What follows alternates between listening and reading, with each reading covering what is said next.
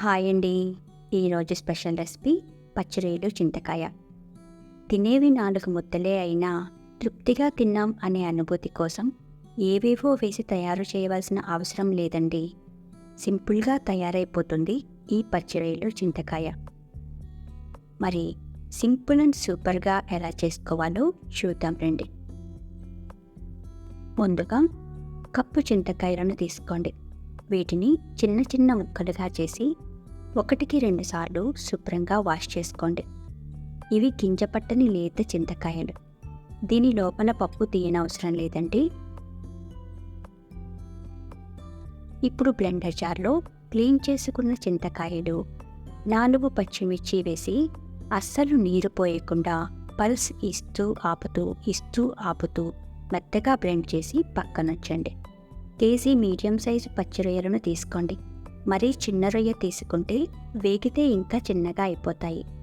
ఇలా నైఫ్తో మధ్యలో చీరి రొయ్యకున్న వేస్ట్ పేగును తీసి క్లీన్ చేసుకోవాలి.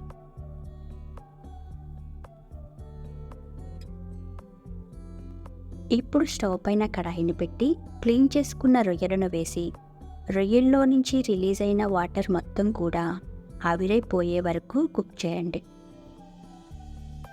కొత్తగా మన ఛానల్ని ఎవరైనా చూస్తున్నట్లయితే ప్లీజ్ లైక్ చేయండి.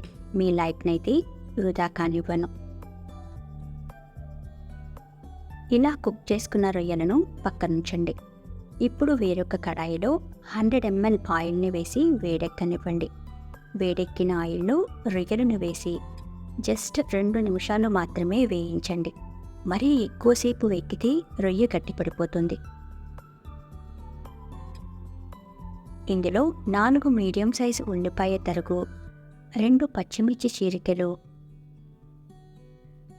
1/2 టేబుల్ స్పూన్ పసుపు, రుచికి సరిపడా ఉప్పు వేసి ఉల్లిపాయ లైట్ గోల్డెన్ కలర్ వచ్చేంత వరకు వేయించండి.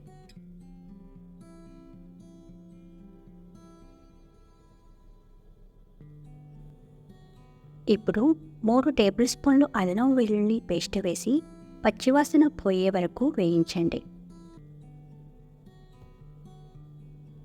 ఇందులో 2 టేబుల్ స్పూన్లు కారం వేసి మిక్స్ చేయండి.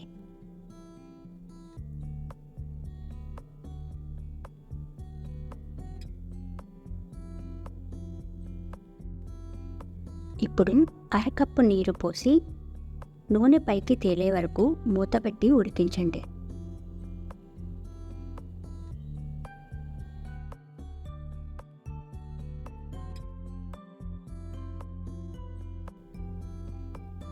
ఇలా నూనె పైకి తేలేంత వరకు ఉడికించిన తర్వాత బ్లెండ్ చేసిన చింతకాయ పేస్ట్ని వేసి ఆ జార్లోనే కొద్దిగా వాటర్ వేసి మిక్స్ చేసి ఆ వాటర్ని కూడా వేసి కలుపుకోండి.